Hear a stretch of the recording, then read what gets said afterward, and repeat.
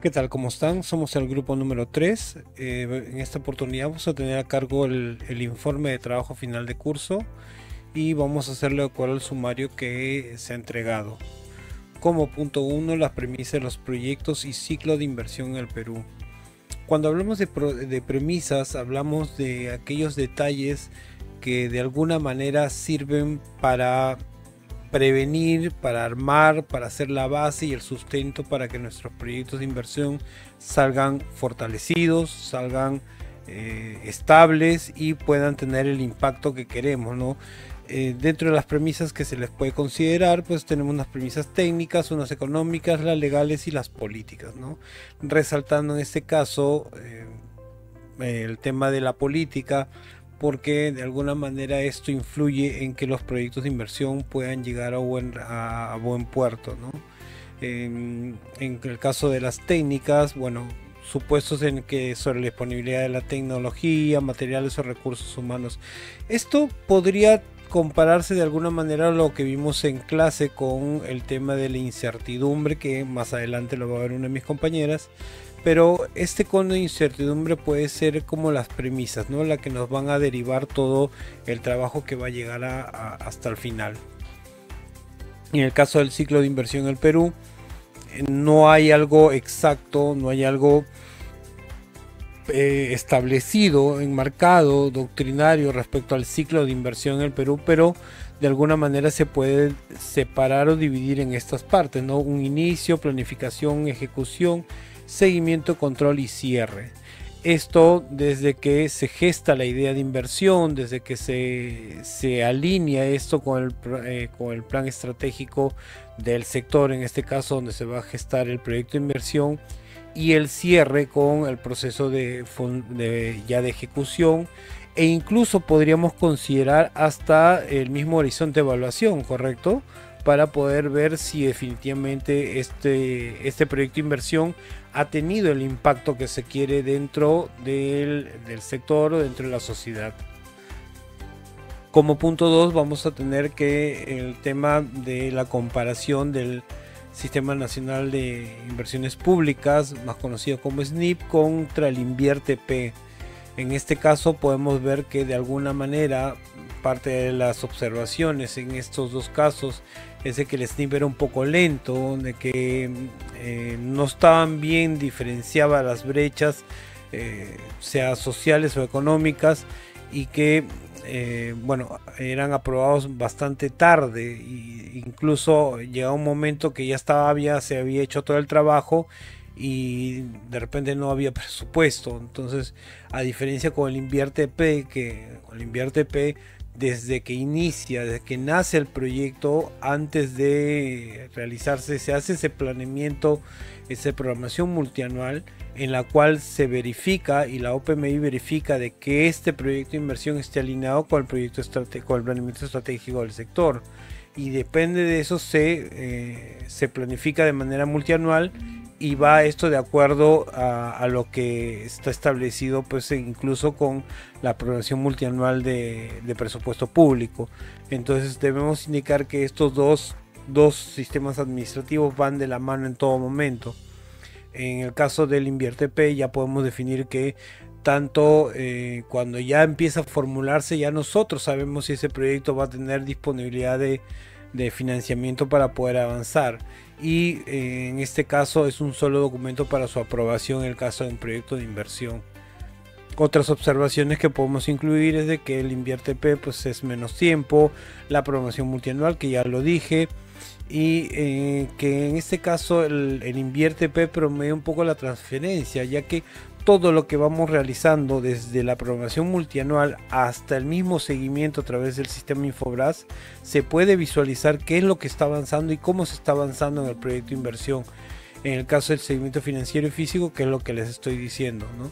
En el caso de SNIP demoraba bastantes años, no existía la aprobación de proyectos, que era la parte en la cual vamos viendo que esto va a tener un impacto ya y va a tener una aprobación, y la parte financiera, ¿no? En el caso de brechas de infraestructura, el Banco Interamericano de Desarrollo hizo un artículo en el cual hacía un análisis de las brechas de infraestructura que han estado establecidas en lo largo de los años, específicamente en el año 2010 y el 2017, en el cual se analiza todos los sistemas que estamos viendo, del sistema de telecomunicaciones, transporte, saneamiento, agua y saneamiento en realidad, energía eléctrica, salud, educación y irrigación, en el cual podemos observar que salvo el tema de saneamiento, la gran mayoría o tiende a la baja o se mantiene en un nivel, ¿no? Esta mica se detalla bastante ya en el mismo informe escrito, en el cual ya se explica con detalle cada uno de los pasos y cada uno de los sectores, ¿no? Acá hay mucho que trabajar en el tema de, sobre todo, porque a través de buenos proyectos de infraestructura vamos a poder sacar adelante estos sectores. Eso lo vamos a ver también en algunos detalles como conclusiones y recomendaciones. A continuación, mi compañero Julio Grosso. Las brechas de infraestructura en el Perú tienen un impacto negativo en el crecimiento económico, la competitividad y la calidad de vida de los peruanos. En términos de crecimiento económico, la infraestructura es un factor clave para el desarrollo productivo. Una infraestructura adecuada permite a las empresas operar de manera eficiente y competitiva, lo que se traduce en un mayor crecimiento económico. En términos de competitividad, la infraestructura adecuada permite a las empresas conectarse con los mercados nacionales e internacionales, lo que facilita su expansión y crecimiento. En términos de calidad de vida, la infraestructura adecuada permite a los ciudadanos acceder a los servicios básicos como educación, salud, agua y saneamiento. A continuación, se presentan algunos ejemplos específicos de cómo la mejora de la infraestructura puede beneficiar al Perú. Como punto 1 tenemos transportes. Una red de transportes eficiente permite a las empresas transportar sus productos y servicios de manera más rápida y económica, lo que reduce los costos de producción y aumenta la competitividad. En energía, una infraestructura energética adecuada permite a las empresas producir y distribuir energía de manera eficiente, lo que reduce los costos operativos y aumenta la productividad. En agua y saneamiento, una infraestructura de agua y saneamiento adecuada permite a los ciudadanos acceder a agua potable y saneamiento, lo que mejora su salud y bienestar. El ciclo de vida de un proyecto de inversión es el conjunto de etapas por las que pasa un proyecto, desde su concepción hasta su cierre. Estas se pueden dividir en 6 fases principales. Fase 1. Iniciación. En esta fase se define el alcance del proyecto, se identifican los objetivos y se determinan los criterios de éxito. Como fase 2 tenemos la planificación. En esta fase se desarrolla el plan de proyecto, que incluye la planificación de los recursos, el cronograma y el presupuesto. Como punto 3 tenemos la ejecución. En esta fase se lleva a cabo el plan del proyecto. Se realizan las actividades necesarias para completar el proyecto y se monitorea el progreso y las medidas correctivas necesarias. Como punto 4 tenemos la supervisión. En esta fase se verifica el cumplimiento del plan de proyecto y se identifican los posibles problemas que pueden venir. Punto 5. Cierre. En esta fase se finalizan las actividades del proyecto y se entregan los resultados. Acá también se realizan las actividades de cierre, como la transferencia del proyecto al cliente o a la organización que lo utilizará. Como último punto tenemos la operación y el mantenimiento. En esta fase se opera y se mantiene el proyecto. Se realizan las actividades necesarias para garantizar que el proyecto funcione de manera adecuada y eficiente. Cada fase del ciclo de vida de un proyecto es importante y debe ser ejecutada de manera adecuada para garantizar el éxito del proyecto. La principal problemática de los proyectos de inversión en el Perú es la lentitud y la burocracia en su ejecución. El promedio de tiempo de ejecución de un proyecto de inversión pública en el Perú es de 10 años. Esta lentitud se debe a una serie de factores, entre los que se encuentran la falta de una planificación adecuada, la falta de coordinación entre las entidades públicas y la corrupción. La lentitud de los proyectos de inversión pública tiene un impacto negativo en el desarrollo del país. Los retrasos en la ejecución de los proyectos generan costos adicionales para el Estado y limitan el impacto positivo de los proyectos en la economía y la población. Otras problemáticas que afectan a los proyectos de inversión en el Perú son la falta de financiamiento, la falta de capacidad técnica y la resistencia al cambio. Para superar estas problemáticas es necesario tomar medidas para mejorar la planificación, la coordinación, la transparencia y la eficacia de la gestión de los proyectos de inversión pública en el país. Bueno, ahora vamos a hablar acerca del modelo del cono de incertidumbre. El modelo del cono de incertidumbre es una metáfora que representa la evolución de la incertidumbre en un proyecto a lo largo de su ciclo de vida. El cono se estrecha a medida que el proyecto avanza, lo que significa que la incertidumbre disminuye. Además, se basa en la idea en que al comienzo de un proyecto hay mucha incertidumbre sobre el alcance, los requisitos, los riesgos y otros factores. Esto se debe a que aún no se ha realizado una investigación exhaustiva ni se han tomado decisiones importantes.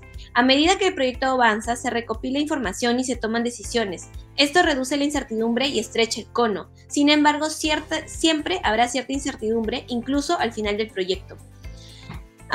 Aquí algunos consejos para gestionar la incertidumbre en el proyecto. Siguiente, por favor. Primero es realizar una investigación exhaustiva al comienzo del proyecto. Esto nos ayudará a conducir la incertidumbre inicial y a saber manejarla a lo largo del proyecto.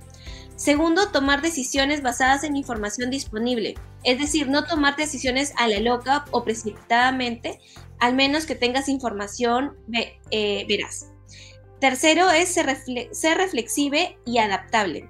La incertidumbre es parte de cualquier proyecto y es importante estar preparado para cambiar de rumbo si es necesario. Ahora vamos a hablar acerca de la necesidad de la aplicación de las líneas bases, el alcance, el tiempo, el costo y calidad. Una línea base es un plan o modelo que se utiliza como punto de referencia para medir el progreso del proyecto y se establece al comienzo de este para definir los objetivos del proyecto, las tareas que deben realizarse y los recursos necesarios. Cabe mencionar que en los proyectos de inversión las líneas bases son cruciales para asegurar que el proyecto se complete dentro del alcance, del tiempo, del costo y la calidad planificado. Algunos beneficios que se pueden aplicar dentro de los proyectos de inversión es mejorar la comunicación y la colaboración entre los miembros del equipo del proyecto. Al tener una base común, todos los miembros del equipo saben lo que se espera de ellos y pueden trabajar juntos para lograr los objetivos del proyecto. Después hay que ayudar a identificar y gestionar los riesgos. Al establecer una línea base, el equipo del proyecto puede identificar los riesgos que pueden afectar el proyecto y desarrollar planes de mitigación. Proporcionar una base para medir el progreso y el éxito. Las líneas bases se pueden utilizar para comparar el progreso real del proyecto con un progreso planificado. Este ayuda a identificar áreas donde el proyecto puede desviar el plan y tomar medidas correctivas. Como podemos ver en la siguiente lámina, la línea de base se aplica en el tiempo, costo y calidad de los proyectos de inversión de la siguiente manera. Primero, el alcance. La línea base nos puede ayudar para saber hasta cuándo o en qué tiempo se entregará el proyecto. Esto incluye una lista detallada de requisitos del proyecto, así como cualquier restricción del alcance. En cuanto al tiempo, son los plazos que nos dan los cronogramas detallados o fechas de inicio y finalización o fechas tope para cada tarea. Y finalmente, el costo, que es una línea de base de costo, define el presupuesto del proyecto que incluye los costos estimados de recursos necesarios para completar el proyecto y algunos costos que se incurran de la nada o de un momento a otro. Pero para eso hay que hacer un buen pronóstico. Y finalmente, la calidad. La línea base de la calidad mide los estándares que se utilizan para evaluar los productos o los servicios del proyecto. La necesaria aplicación de la gestión de riesgos a los proyectos de inversión. La gestión de riesgos es un método bien conocido para identificar, evaluar y responder a riesgos potenciales de un proyecto. Esto es importante para los proyectos financieros porque son muy complejos y tienen muchas incertidumbres en el proceso. Algunos beneficios de utilizar la gestión de riesgos en proyectos financieros tenemos. Siguiente diapositiva, por favor. Reducir el riesgo de fracaso del proyecto. Al identificar y gestionar problemas potenciales, los gerentes de proyectos pueden reducir riesgos de los proyectos que se desvían del plan y no se completen exitosamente.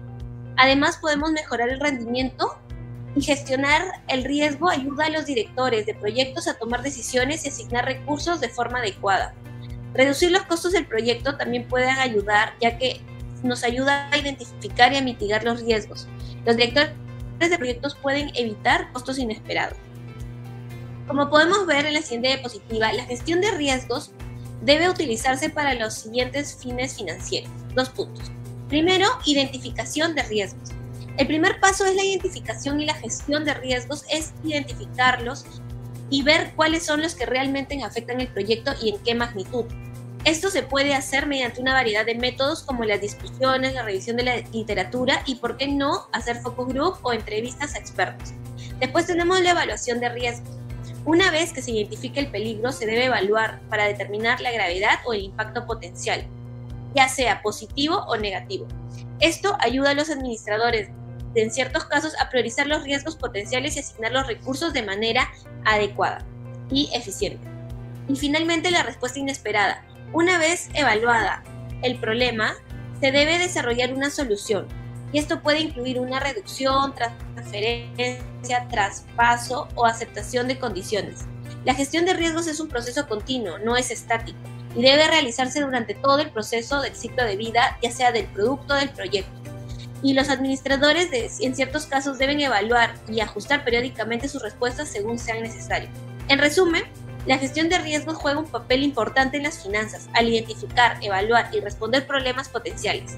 Los gerentes de proyectos pueden reducir el riesgo de fracaso del proyecto y aumentar las posibilidades del éxito siempre y cuando hagan una correcta gestión del riesgo. A continuación hablaremos de la relación de los proyectos de inversión pública versus el índice de progreso social. Primeramente tenemos que definir qué es índice de progreso social. Según Green, el 2020, el índice de progreso social es una herramienta de medición que se enfoca de manera integral y sistemáticamente en las mediciones no económicas del desempeño social en todo el mundo, con datos transparentes y procesables. Por otro lado, Moreno lo define como el índice de progreso social a la medición del desempeño social que contempla las mediciones económicas. Este índice está basado en varios indicadores sociales y ambientales, con la finalidad de capturar 3 dimensiones del progreso social. Una, las necesidades básicas humanas, fundamentos del bienestar y oportunidades. ¿En qué consiste cada uno de estas tres dimensiones? Primero, necesidades básicas humanas. Como su nombre lo dice, se centra básicamente en las necesidades de las personas, para lo cual se incorporan componentes de medición con respecto a la nutrición, a los cuidados médicos básicos, a la cobertura de agua y saneamiento, las condiciones de la vivienda y seguridad personal, a través de indicadores que reflejan la criminalidad y violencia. El segundo componente o dimensión es el bienestar fundamental. Esto se centra básicamente en 3 componentes: acceso a conocimientos básicos en primaria y secundaria, acceso a información y telecomunicaciones, salud y bienestar, y calidad del medio ambiente, medido por indicadores que reflejan la contaminación y el estado del medio ambiente. Y por último, oportunidades de progreso. Esta dimensión se centra en las oportunidades que tienen todas las personas para alcanzar un pleno potencial. Se observan indicadores ligados a los derechos personales, del cuidado del ciudadano de un país, así como la libertad de personal y de elección, la tolerancia e inclusión de los diversos grupos sociales y religiosos y al acceso a la educación superior. En resumen, el índice de progreso social pues, es una herramienta muy valiosa que sirve para evaluar el progreso social de los países, que puede utilizarse para comparar el progreso entre los países entre sí, identificar áreas en que los países necesitan mejorar y de tal manera evaluar la efectividad de las políticas sociales. Ojo con este término, políticas sociales. Evaluar la efectividad de las políticas sociales. Entonces, si nos hacemos la pregunta que si tienen relación, por supuesto que sí, porque estos indicadores van relacionados con todos los objetivos que tienen los proyectos de inversión en cerrar brechas sociales. Ya hemos hablado de las necesidades básicas humanas, de los fundamentos de bienestar y oportunidad. Como podemos ver en la imagen, hasta sus indicadores, tanto en nutrición, en lo que compete a necesidades básicas humanas, fundamentos del bienestar y oportunidad. Cada uno con sus indicadores correspondientes que permiten medir o evaluar el índice de progreso social. Acá en la gráfica siguiente vamos a ver el ranking mundial del índice de progreso social en el mundo, ¿no?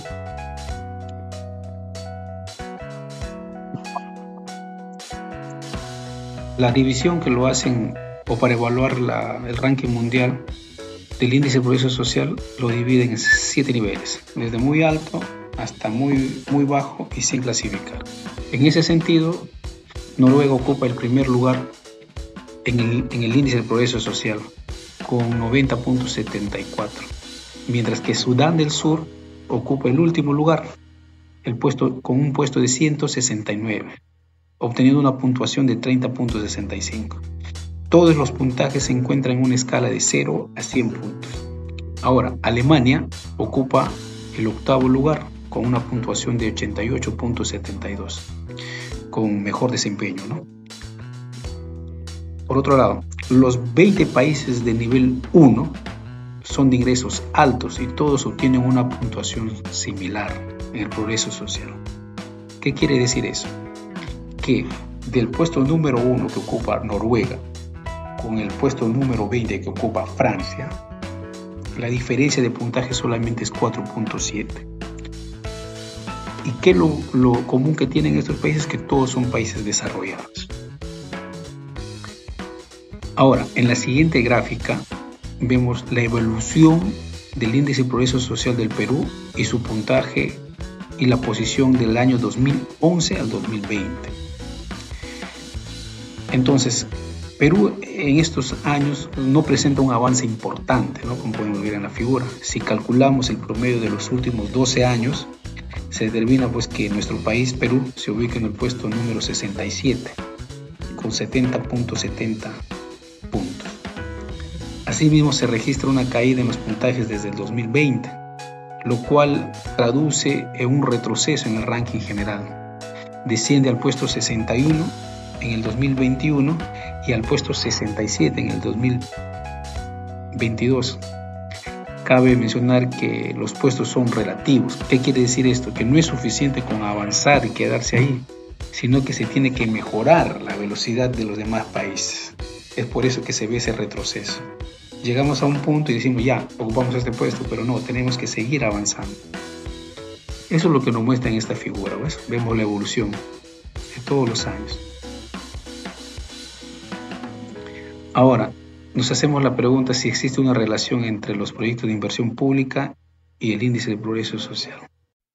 Claro que existe una relación muy estrecha, ¿no? ¿Por qué? Porque los proyectos de inversión pública a lo largo que hemos venido estudiando, ¿qué es lo que busca?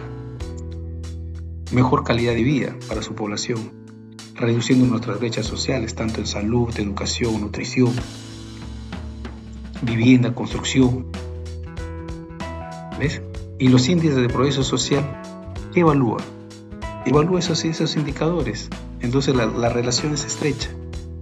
Están estrechamente relacionados.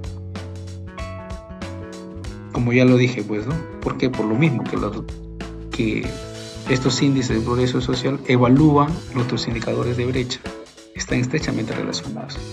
O por otro lado, por ejemplo, una evaluación de los proyectos de inversión pública en los países del OCDE, se encontró que los países con una inversión pública más alta en educación, salud, protección social, tienen un mayor o tienden a tener un mayor progreso social. La evaluación también encontró que la inversión pública en infraestructura, vivienda, medio ambiente contribuyen al progreso social. Entonces, en la imagen podemos ver, pues, ¿no? Por ejemplo, hacemos la comparación de Perú con Noruega. En la imagen vemos las diferencias. Mira cómo estamos aquí. Hasta en el aspecto social estamos mal. Mira, hay una barrera, ¿eh? Vemos la otra imagen. No, todos son iguales. Todos viven en armonía. Todos tienen progreso, mientras que nosotros no. Entonces algo está pasando, algo no está articulando bien. En la imagen lo muestra.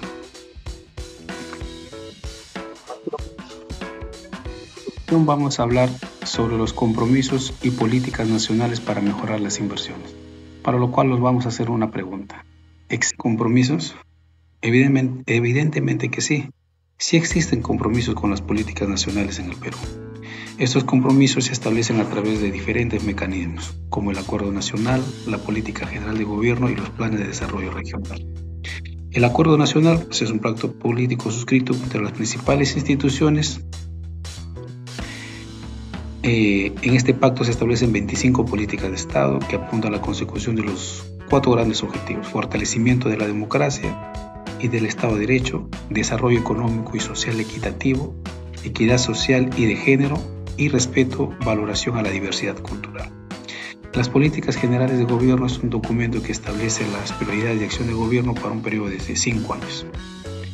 La política general de gobierno para este gobierno, por ejemplo, establece 9 ejes de acción, las cuales se articulan con las políticas del Estado del Acuerdo Nacional, entre las cuales vamos a mencionar, como podemos ver en la imagen, una política general pues es paz social y gobernabilidad, y estas tienen sus ejes de acción, ¿no? Otro, por ejemplo, por mencionar algunas, reactivación económica, y estos tienen su acción, sus ejes de acción.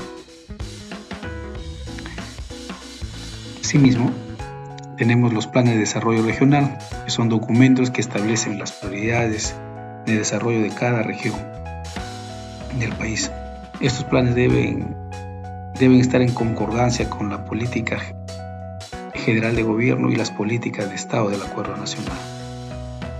Para ello, pues, se tiene el Plan Estratégico de Desarrollo Nacional con sus 4 objetivos nacionales, que también se articulan a estos planes de desarrollo regional, a los planes de desarrollo local, entre otros. Estos compromisos son importantes porque permiten brindar un marco de referencia para la acción del gobierno y de la sociedad civil. Al establecer objetivos comunes que facilite el diálogo, la cooperación entre los diferentes actores involucrados en el desarrollo del país. En conclusión, se puede decir que los compromisos son fundamentales para lograr un desarrollo sostenible e inclusivo en el Perú. Como ven, en la imagen podemos ver que tenemos 72 políticas nacionales. Por mencionar algunas, Política Nacional de Integridad y Lucha contra la Pobreza, a cargo de la PCM. Tenemos a cargo del Ministerio del Interior, Política Nacional Multisectorial de Seguridad Ciudadana. Y así, tenemos 72 políticas nacionales establecidas y están aprobadas, pues, ¿no? Ahora, ¿qué relación tienen todas estas políticas con el ciclo de Política Nacional de Inversión Pública? Pues la relación es muy directa. ¿Por qué? Porque desde la etapa de planificación ya se tiene que articular con los planes nacionales, los planes sectoriales. se tiene que identificar la cartera de proyectos de inversión, como apreciamos acá en la imagen, ¿no? Existe planificación, asignación de recursos, implementación y evaluación. Básicamente es el ciclo del Invierte-P, si nos damos cuenta. Es casi parecido, o es lo mismo, ¿no? Entonces, sí, existen compromisos con las políticas nacionales y estas a su vez están articuladas con nuestro Sistema Nacional de Planeamiento, con nuestro Sistema Nacional de Presupuesto, con nuestro sistema financiero, con nuestro sistema de evaluación también, con nuestros 14 sistemas administrativos del Estado. Si nosotros hacemos una articulación adecuada y se cumplen las políticas y compromisos sociales, pues estaríamos reduciendo nuestras brechas sociales. Tendríamos mejor calidad de vida, nuestro índice de progreso social aumentaría, no como hemos visto en el resultado que hemos presentado en el cuadro, que nuestro índice, en vez de aumentar, ha disminuido. Pues tendríamos más puestos de salud, más atención para todos, más escuelas, más educación, calidad de educación, mejor calidad de educación, vivienda para todos, agua, desagüe para todos. Bueno, a continuación voy a ceder la palabra a mi compañero para que proceda a dar las conclusiones y recomendaciones. Gracias. Bueno, después de haber analizado todos los puntos escritos en el sumario, después de haber realizado una observación bastante completa de todo lo que se ha visto durante este semestre, podemos establecer algunas conclusiones y recomendaciones. Primero, que tomando como premisa que la brecha de infraestructura en América Latina, un desafío para el desarrollo, señala que parte principal de eso es de que la gestión de proyectos y megaproyectos de inversión es clave para cerrar las brechas. Ahora bien, en algunas conclusiones podemos determinar que América Latina y el Caribe enfrentan una brecha de infraestructura de aproximadamente 2.2 billones de dólares. Esto en base a la información que hemos tocado del artículo de la revista de infraestructura para servicios. Ahora bien, esta brecha tiene un impacto negativo en la economía y el desarrollo de los países. Esto lo muestra bastante claro este informe, porque de alguna manera se ve que se puede analizar y concluir que el impacto que tiene la falta de determinados servicios definitivamente afecta directamente a la economía y a la sociedad en general. Después de la pandemia muchas infraestructuras colapsaron y ese levantar nos ha costado mucho más. La otra conclusión y la principal es que la gestión de proyectos y megaproyectos de inversión es clave para cerrar las brechas de infraestructura, y que finalmente una gestión eficaz de estos proyectos puede ayudar a garantizar que se construyan infraestructuras de calidad. Es necesario, es menester de que se puedan gestionar bien los proyectos de inversión. Estos proyectos de inversión pueden salir adelante si es que se tiene en consideración estas conclusiones, se capacita el personal como se debe y se realiza una buena gestión, que la vamos a ver en las recomendaciones, las cuales vamos a tomar como premisa el siguiente mensaje: recomendaciones para cerrar la brecha de infraestructura en América Latina, la gestión de proyectos y megaproyectos de inversión como herramienta clave. Estas recomendaciones se sostienen en 4 columnas vertebrales, que es la que hemos establecido. Número 1, fortalecer las instituciones. Es menester claro y conciso de que nuestras instituciones en el caso del Perú obviamente, en los 3 niveles de gobierno se fortalezca, sobre todo en el personal que labora ahí, porque este personal capacitado, vamos a ver en el punto 3, es el que va a hacer de que se gestionen buenos proyectos de inversión. Este está amarrado con el punto 3, que es desarrollar capacidades, en que los gobiernos y las empresas deben desarrollar las capacidades necesarias para gestionar proyectos de infraestructura complejos. Si no tenemos una buena fiscalización, unas instituciones sólidas, unos gobiernos regionales, unas municipalidades sólidas, con gente capacitada, no se van a poder gestar proyectos y megaproyectos. ¿Listo? Esto va de la mano también con una colaboración pública-privada. Dentro de los mecanismos que tenemos, los dos más fuertes, los dos más conocidos, aparte del INVERTP, obviamente son las asociaciones público-privadas y el caso de las obras por impuesto, ¿no?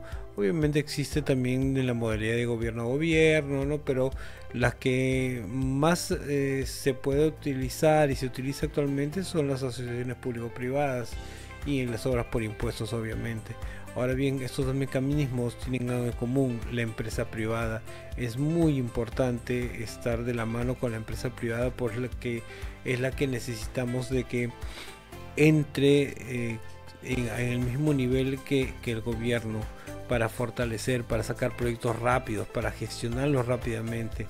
Por eso necesitamos instituciones sólidas, para que con instituciones sólidas, con gente capaz, se puedan gestar proyectos de inversión y la asociación y la empresa privada pueda entrar ahí a jugar un rol importante. Necesitamos ese rol importante para sacar el país adelante.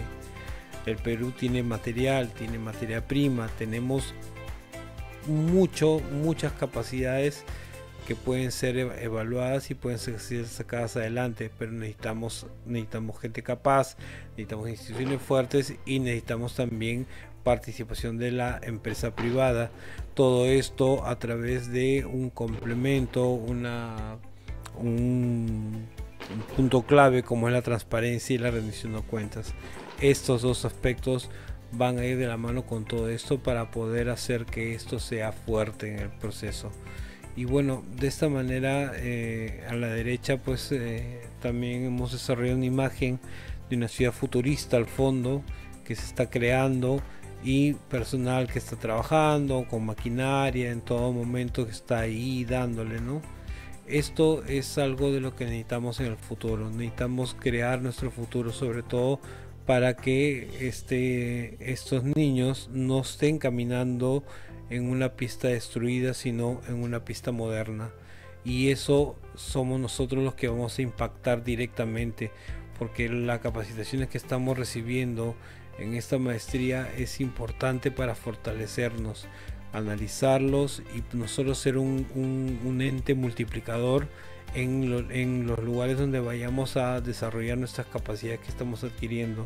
Con estas palabras, Magíster, queremos agradecerle directamente a nombre de Andrea Palacios, Julio Grosso, Percy Martín y el que habla, Javier Cárcamo, por todo lo que nos ha enseñado este semestre, por la manera como nos está liberando un poco la mente para expandirnos un poco más. Creemos que es necesario todo lo que estamos llevando y que bueno, esperemos poder contar con su presencia en el próximo semestre. Nada más, eso es todo y nada más, y buenas noches. Muchas gracias.